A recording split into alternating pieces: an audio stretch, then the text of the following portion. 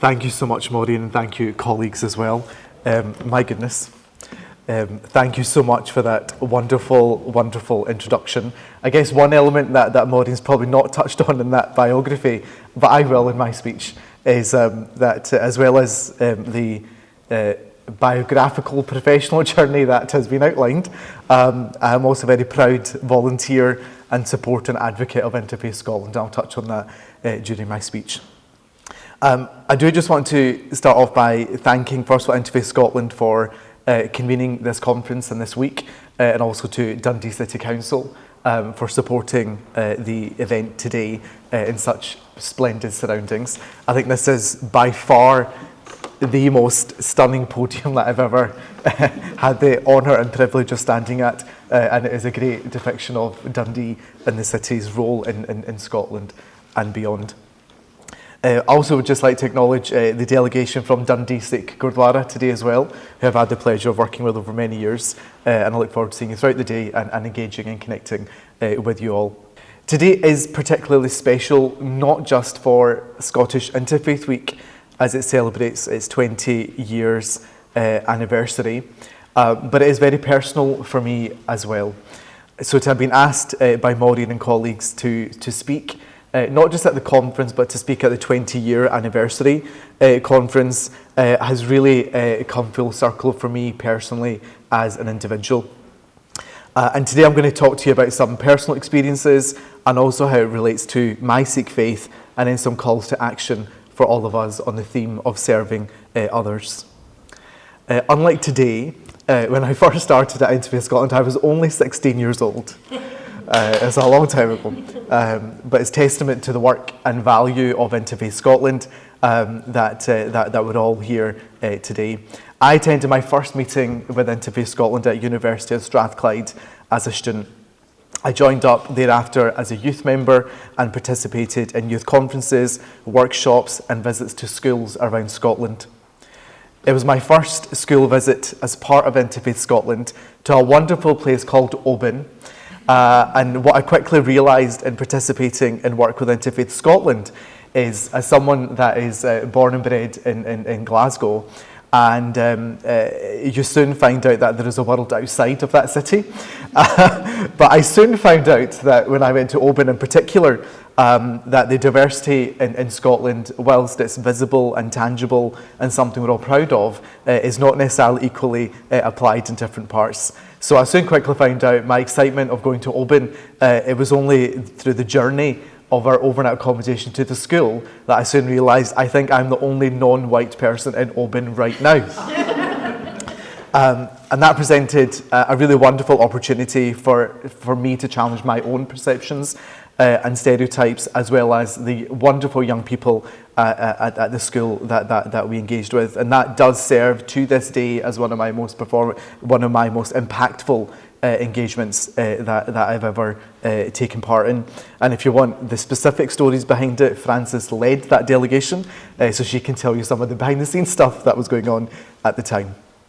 Like so many other youth volunteers, I have been encouraged and supported by the amazing and dedicated people here at Interfaith Scotland and the local interfaith groups as well. And I would like to take the opportunity, because it is appropriate, to note my personal thanks to Maureen, Frances and Auntie Ravinder for their leadership in interfaith work, but their leadership in convening young people across Scotland in the very important work around faith and belief.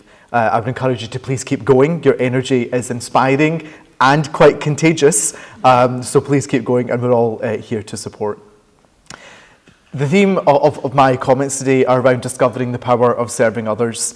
And this will hopefully challenge some of your experiences in life. My aim is I would like you to leave this session with something new to discuss and to talk about, and also hopefully something in today's comments will trigger a conversation with us throughout the conference. For all of us in this room, I firmly believe that we are all living examples and flag bearers of our faith communities. We all collectively demonstrate the ways in which religions across the world contribute to the ethos of service, and how even in the face of adversity, of which there is a lot right now, our faith communities continue to overcome barriers and forge bonds of understanding and resilience. A lot of the sessions that took place before me, including the Faith Covenant, the choir, the embroidery, textile art, is a great example of that too. Our religions, each distinct, autonomous and sacred in their own right, are deeply united by the call to serve others. But this calling is more than just simply helping someone in a time of need. For me, it is a divine message to serve humanity, which is embedded in all of our religious scriptures. That's why I believe that to truly understand service and the power of serving others, it must be embraced, lived and experienced. Serving is a path to be walked on, and it is this path that leads us to discovering ourselves, our world, and ultimately the divine. The conversation I mentioned earlier about being 16 and going to my first Interfaith Scotland event, that particular year for me was what I would call the year of resistance. The year of resisting my faith, the year of refusing to participate in cultural activities, the year of just saying no, that actually I'm at university now and I'm doing other things. And actually, the importance of me referencing about service being a path to be walked on, eventually I had come to the realisation that if these opportunities keep cropping up, perhaps there is something in this journey that I need to accept. So as we reflect on the purpose and power of service throughout the conference today, I will be sharing some of my personal experiences. Of course, when I share some of these, you might disagree and you might agree, but it's all in the purpose of starting dialogue and conversation. I want to start off with the concept of serving others from the Sikh tradition. In Sikhism, the concept of seva, or selfless service, is a pillar of faith, seen as a direct path to living in harmony with divine principles. Guru Nanak, the founder of Sikhism, emphasised seva as a means of uplifting humanity, especially those most vulnerable. In fact, this week, Sikhs around the world celebrate Guru Nanak's birthday. And indeed, many of us in this room joined the Glasgow Sikh community last weekend to take part in a very busy community celebration in Glasgow. This philosophy of seva is manifested in countless acts of community service in Sikhism. One of the most recognisable being the langar, the community kitchen providing free meals to everyone regardless of faith, belief or background. This global concept, started by the first Sikh Guru, on the surface might appear to be simply the provision of a meal. But at its core, it speaks to the challenges hundreds of years ago and to the challenges that we're still tackling today. Those challenges include food availability, poverty, nourishment, wealth inequality, and oppressive religious structures, which sometimes act as gatekeepers to accessing services. That's why I was particularly proud over the last several years when faith communities have come together each year to challenge the Scottish Government to increase the Scottish child payment to tackle child poverty in Scotland. And that was a great example of us uniting behind our values as faith communities. Should add that it wasn't just a challenge for the sake of it. We got a great result where the Scottish child payment was doubled and the Scottish Government responded positively to the calls of faith communities. Today, it is estimated that the global network of Sikh Gurdwaras provides 6 million meals a day around the world to local communities. Closer to home, here in Scotland, on average, the 8 Gurdwaras collectively provide up to 10,000 meals a week. And I do often wonder, I've shared the stats, I've shared the great stuff, that how is this actually possible? So when I was preparing these remarks, it turned out to be quite a reflective moment for me. And I did have these questions. You know, we say these stats and we do this and it all happens. But this has been going on for hundreds of years. So when answering this question, how is this actually possible, I went around the Gurdwara and actually spoke to some people about how they feel about seva. And what I concluded was that all of these volunteers get together in their own towns and cities and they constantly prepare meals and support services for those in need. And it all happens without a centralised structure, it all happens without payment, it all happens without reward. So therefore I can simply conclude that service is a divine calling. As Maudie mentioned in the wonderful introduction, I had the greatest honour, but also challenge, of setting up the Sikh Food Bank during the pandemic. It was created specifically to meet the needs of individuals and families who were experiencing food insecurity, loneliness and isolation. The initiative was grounded in Sikh principles and was open to people of all backgrounds, exemplifying the Sikh belief that humanity is one family. Through this project, Sikh values of compassion, humility and selfless service became an inspiration not only for Sikhs, but for people of all faiths who join the Sikh Food Bank to volunteer, to donate and build community. For me, this example demonstrates that service, especially when rooted in faith, transcends religious lines and becomes the universal language of kindness and empathy. During that time, the Sikh Food Bank onboarded 100 volunteers, majority from outside of the Sikh faith, and served over 150,000 meals to people in Scotland who needed support. We provided culturally specific food parcels, and along the way, despite the challenge of the pandemic, we celebrated our faith festivals with our service users. To name just a few, we gave presents for parents and children at Christmas, and our volunteers dressed up as Santa at delivery point. We provided chocolate eggs in all our food parcels during Easter, and our volunteers in the Sikh Gurdwaras made homemade Punjabi sweets to celebrate Vaisakhi and Eid. It was a small gesture, but with big impact. Now, we took this spirit of collaboration further, and for a period of 3 months, the Sikh Food Bank, and I emphasise the Sikh at this point in particular, the Sikh Food Bank, for those 3 months in the first year of opening, we were housed at the Queen's Park Baptist Church as our Southside Glasgow operations started to grow. And I will never forget the number of conversations that I and our volunteers had when people would see Sikhs and people from different faiths walking in and out of Queen's Park Baptist Church, and the individual expressions of surprise, wonder as to what we were doing there. But during the conversations, you can see immense gratitude and praise once people could witness the work that we were doing and the collaboration between faith communities.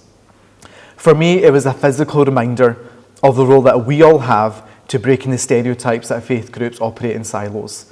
Because when the time is needed, it's faith groups that step up and get the job done.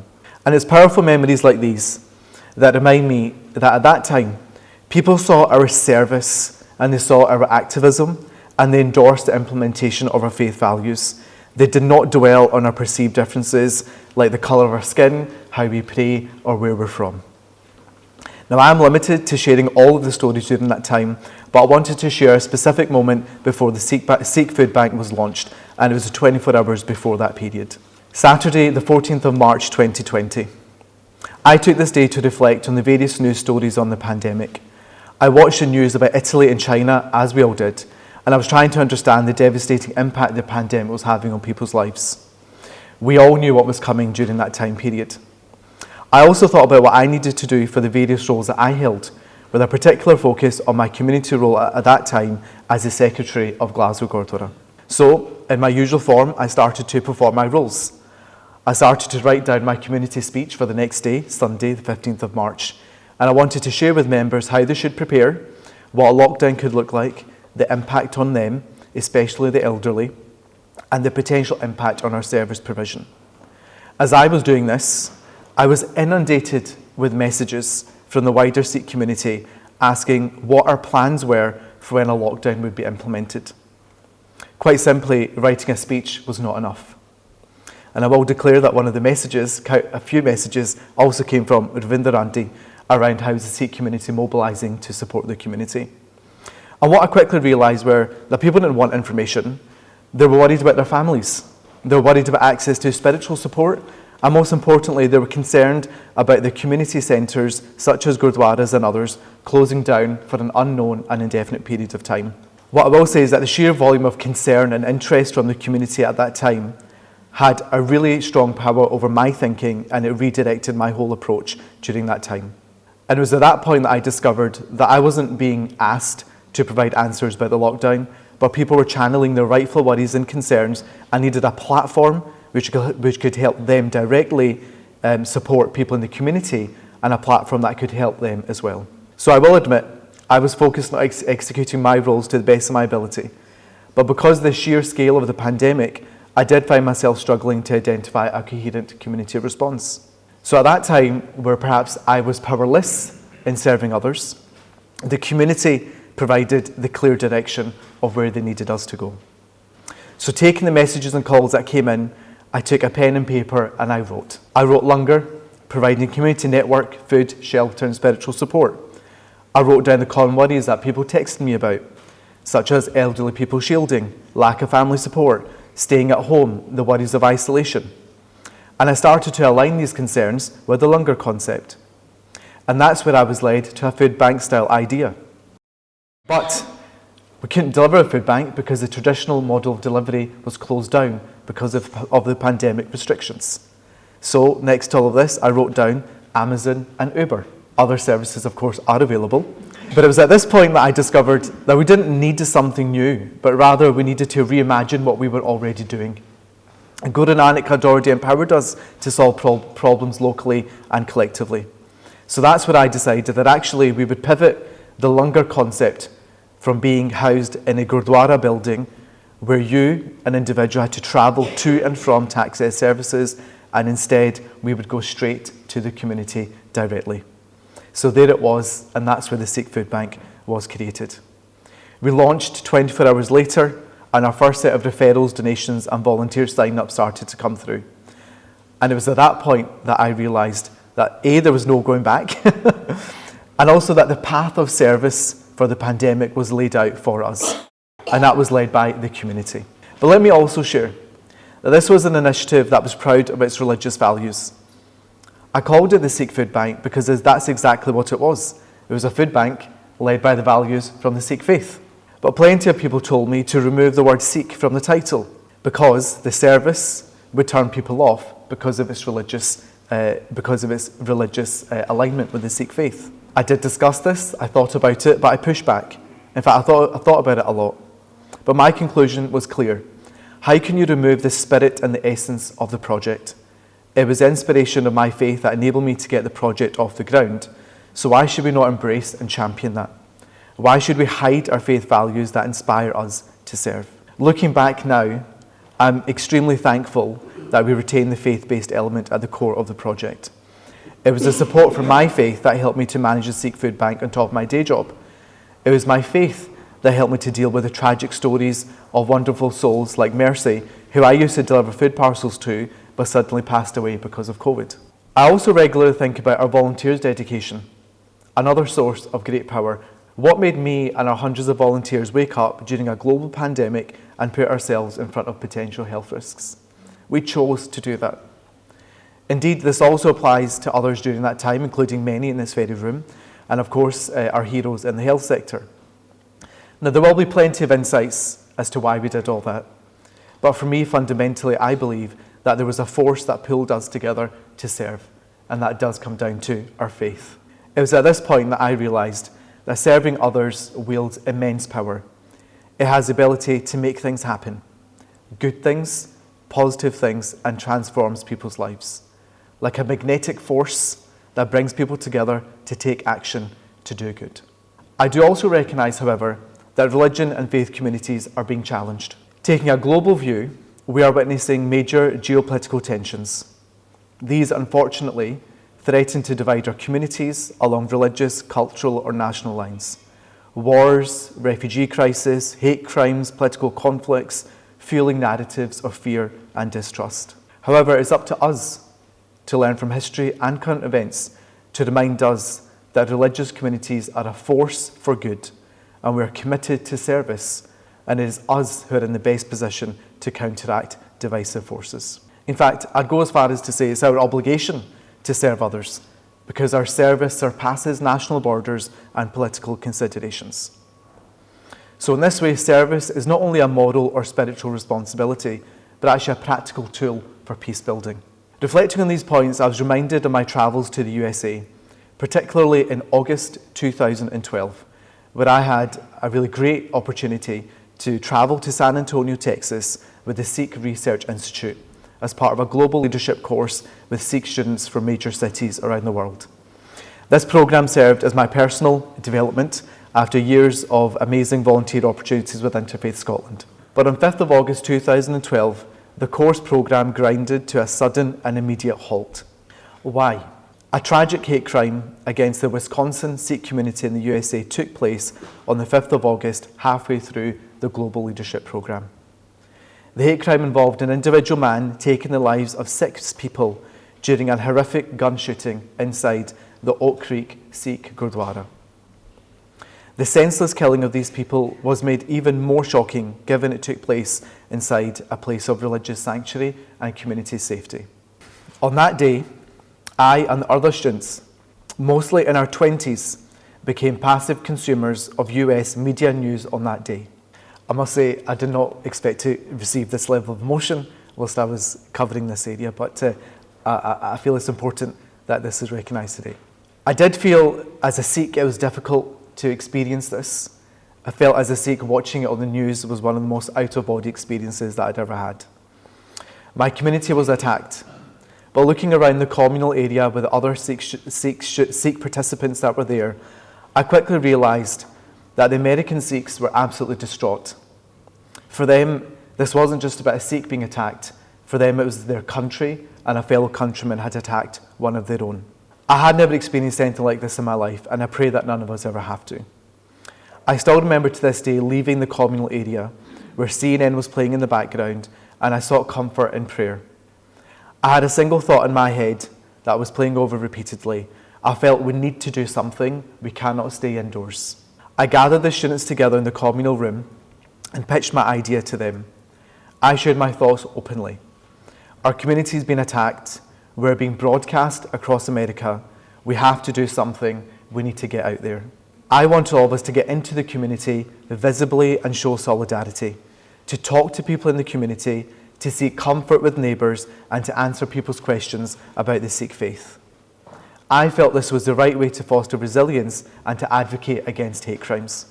The campaign was to be visible in downtown San Antonio, a place that I'd never been to, and to speak to as many people as possible, and to also meet with interfaith communities for a prayer of solidarity. So, 2 days later, we all headed down to San Antonio, downtown, where we spoke with 100 Americans in the 1 hour slot that we had out of the programme. We encouraged people to talk to us about what it meant to be a Sikh in America and what our shared values were.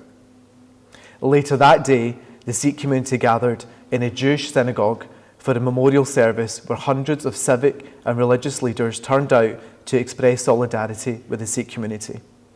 It was truly overwhelming.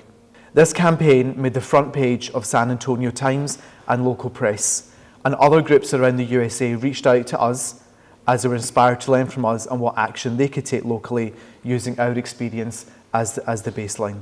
Thinking back now, putting myself and other Sikhs on the front line after a gun attack in our Gurdwara does feel like an out-of-body experience. And even now when I think about it, I remember doing it, but I don't quite remember how it all came together.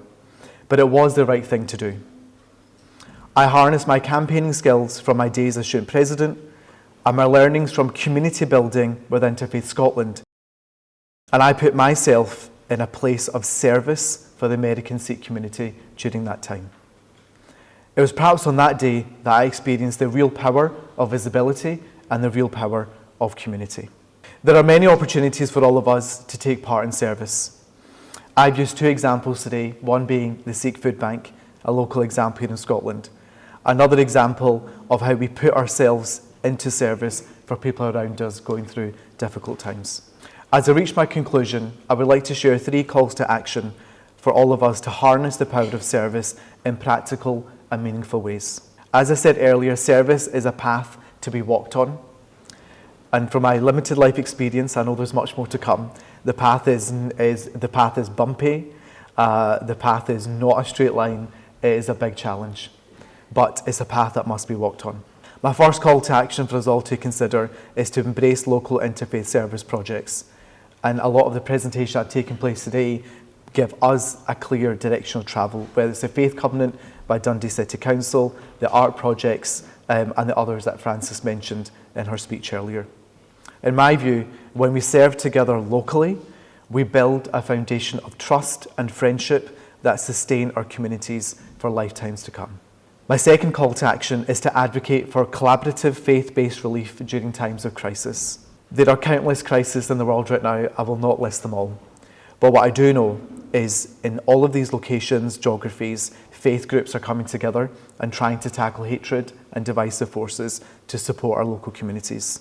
We here also have a big role to play, and I would encourage you locally, whether you're in Dundee, Glasgow, Edinburgh, whatever faith community you belong to seek out collaborative faith projects, whether it's fundraising, a prayer service, a memorial, a vigil, whatever shape or form that might take, because it's times like Christ, in times of crisis, coming together provides the comfort that we need.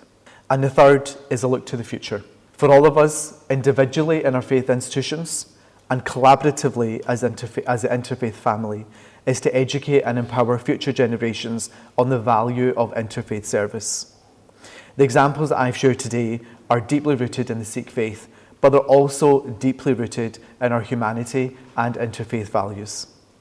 So I would encourage you all to seek out the young generation in all of your institutions, in all of your communities. Listen to them, give them platforms, give them spaces to discuss, give them spaces of power that they can support your community to the next level that you can reach. For me, the remarks that I've set out today are my personal blueprint to achieving powerful collaboration through service. A blueprint that speaks to our shared humanity and faith values and is embedded in our communities. We do have an opportunity, I think all of us as Interfaith Scotland and the wider local interfaith groups, that if I stand here as an example of where we can go as the next generation, that is often very difficult. Maureen had outlined in the biography, I served as the Secretary of Glasgow Gurdwara, and there's colleagues here in the room today that come to the Gurdwara there and use its facilities and services. Working intergenerationally, working through interfaith, these are difficult things. So by no stretch of the imagination should we think this is easy. This is hard work. We need to work together to build that trust, build a friendship, and try and outline clear areas of collaboration. For me, the power in serving others is not the discovery. Actually, serving others is the power that we all hold inside of us. I will end with a quote from the Sikh scriptures. Man to jot surup hai, apna mool pishan. The Guru writes, O my mind, you are the embodiment of the divine light. Recognize your potential and your origin. Thank you so much for the opportunity to speak. I look forward to speaking to you throughout the day. Thank you. Thank you.